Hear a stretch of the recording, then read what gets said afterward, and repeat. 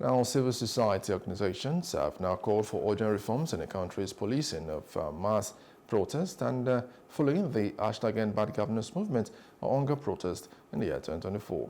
The protest, which resulted in 23 deaths due to security forces using tear gas and live ammunition, were driven by frustration over governance failures and economic hardship. CSOs emphasized the need for professional policing, avoiding excessive force and ending arbitrary arrests. And one of the biggest exposés that we notice very clearly is the need to review the rules of engagement for most of the security stakeholders. The rules of engagement are not right-based and in itself require a little bit of some amendment when it requires response to issues of mass protest. And we know too well that the use of lethal weapons in instances like that is not what is globally accepted. Even from this point of view, there are also what we call the proportional use of force, the proportionality within which you have to graduate them.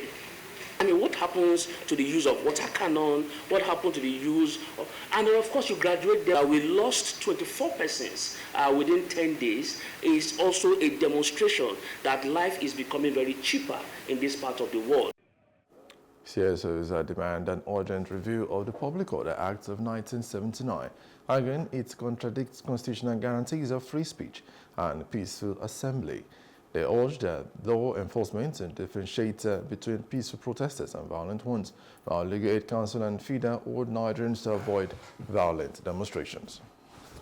One of the things we found out very clearly, which has become a big albatross, is the fact that the Public Order Act in itself is in contrast and contravenes the Constitution in itself, because it says a number of things that the Constitution and the Section 1, subsection 2 of the Constitution says, look, everything that will be done and that will be governed by this country will be by the classical norm, which is the Constitution in itself.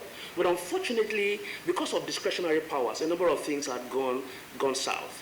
The way protest is handled in the country, it left so much to be desired. Of judiciary is the evidence that is brought to court that the judges will look into. We are all citizens of Nigeria, and our concern should be how our country will progress and develop. There is a clear small departure from the end bad governance, from the NSAS to end bad governance. So that means desensitization is working. That means it's working. Then that means we're getting it right, one way or the other.